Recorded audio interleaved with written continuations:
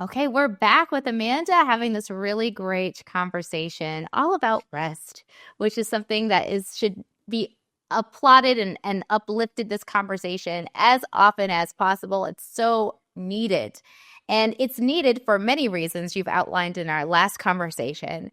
But it's also really important to understand that rest helps you create purpose, right? So I want to talk a little bit about what purpose-scaping is for you. Can you tell us what that is and how people can begin to purpose-scape in their lives?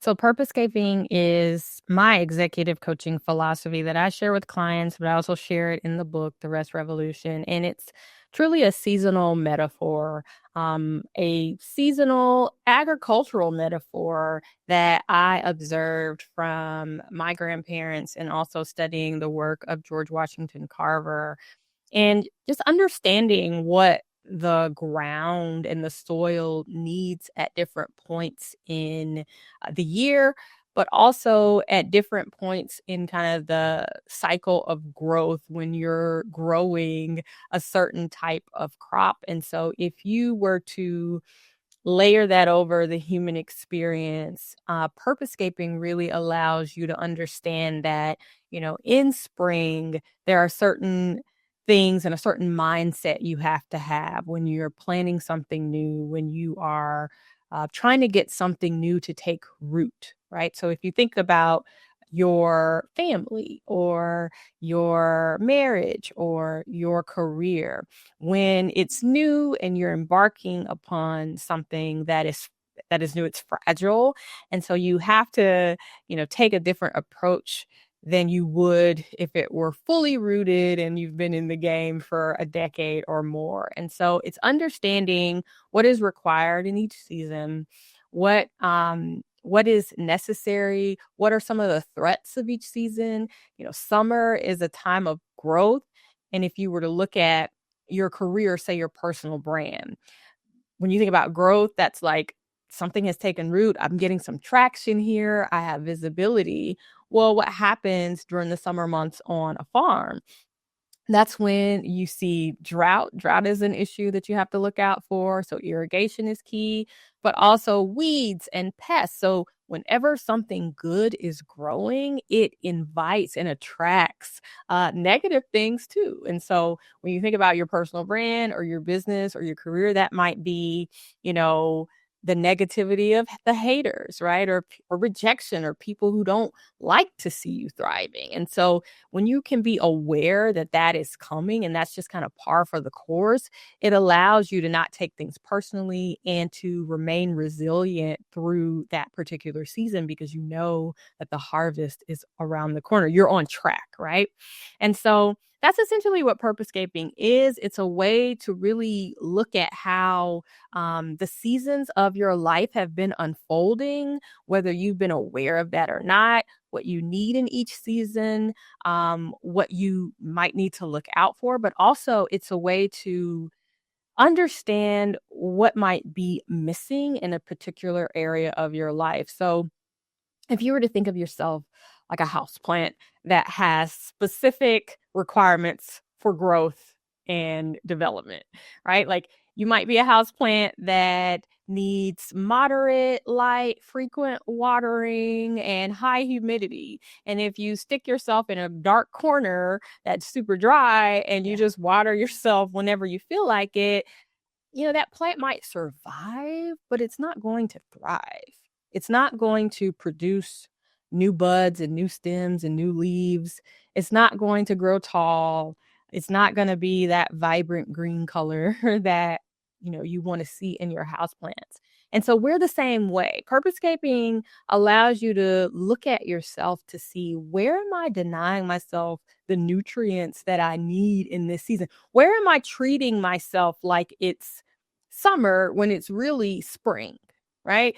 Where am I giving myself the tools of winter when I'm really in a spring planting season? So I need to be treating myself gently and tenderly, and I need to be protecting what I am trying to get to take root. Yeah, back to that that call to reevaluate and to think about what in my life is aligned and misaligned, what season am I in. All those things require so much introspection and internal work. And that's where the rest comes in, right? Like, you Yes. cannot introspect in chaos. You cannot introspect with a schedule that has every minute of your day packed till sunup to when you're going to bed. There is no space to have that. And yet, so many of us live lives that reflects that to never ending to-do list. I'm going. For folks that are saying, Amanda, this is wonderful. But I'm juggling like parents that I'm taking care of, kids that I'm taking care of, or I am juggling two launches, or all those things. How, this is where we get into this theme of rest as resistance. How do we get people to really, and particularly Black women of all folks, this is invaluable information you're giving, but it's not going to make the difference if you don't do it, right? If you don't actually take the principles that you have said and put them into play, it's just another great episode of a podcast or another great conversation. Amanda's amazing. How do we lock into this idea that rest is actually active? It is life-saving. It is a method of resistance, particularly, which has been going on a lot. So can you connect to that concept and call our audience to be like, no, y'all, you need to rest. You need to plan, because this is how you get all the things you're looking for. I think that even your question belies the machine mindset that we are, so overcome by. I think the muscle memory of thinking that we have to pack every day and every moment. And, some of these are practical considerations, like you mentioned, parenting and caregiving. I mean, you can't just ignore your children or ignore, your grandmother who is counting on you. But I think this idea of I'm either working every single moment or I'm doing nothing at all. Like, there's a lot of gray area. There's a lot of in between. And so what I advise people to do to even get to that place of introspection is to start developing stillness practices that you can start with 5 minutes a day. But Yes. the same way, this muscle memory kind of makes us immediately think that we don't have time, that we need to be scheduling ourselves or overscheduling ourselves, or that, every moment is accounted for. We can resist that by building up a different type of muscle memory to rest. And so if that is only 5 minutes to start for you, I think what it will do for your nervous system is to expand you and give you more room to think expansively and to really start to consider, where can I make changes? Where can I claw back some of my time and some of my energy for self-preservation? And so start with 5 minutes, maybe go up to 10. You might find that you have an hour, an extra hour every day that fuels you in a way that you can just be more effective. I don't want to say get more done, because that's not the point. I think it's more about getting back in alignment with yourself, getting back in tune with yourself, being able to hear yourself, being able to tune into your intuition. And so the ways I do that, when I only have 5 minutes, I might do 5 minutes of box breathing. So that's breath work. I might do a 20-minute sound bath. I might journal for 30 minutes or even 15.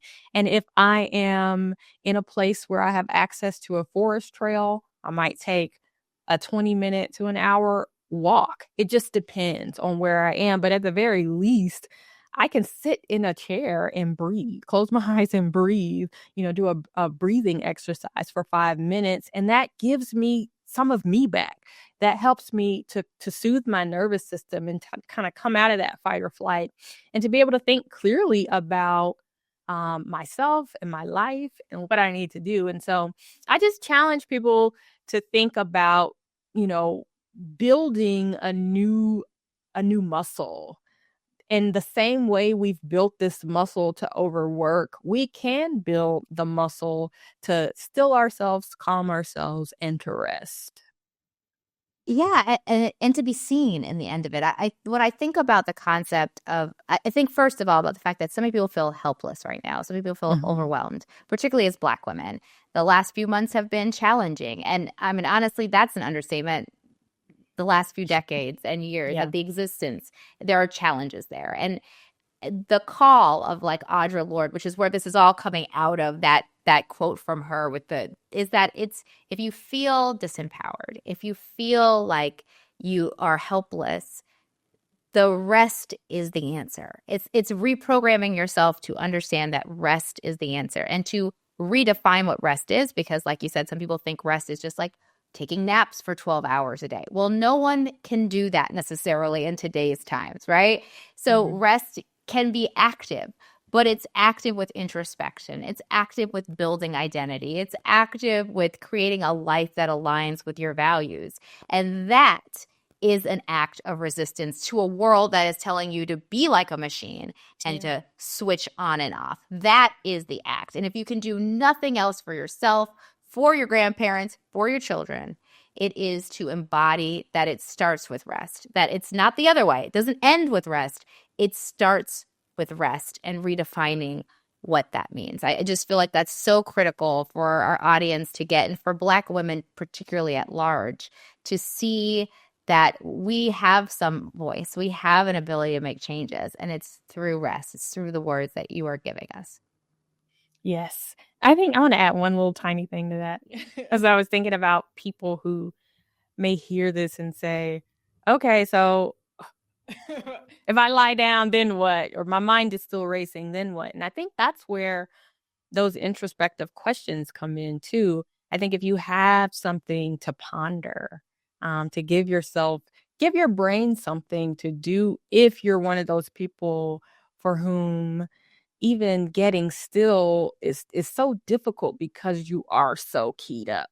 And I think one of the questions that I like to take with me when I'm trying to get clear is what am I hungry for? And if I don't even know what is missing, that's something I can take into my breath work or into my sound bath and give myself the space to listen, to try to hear, Amanda, what's missing? What are you hungry for in this moment? Is it more connection? Is it more joy and fun and play?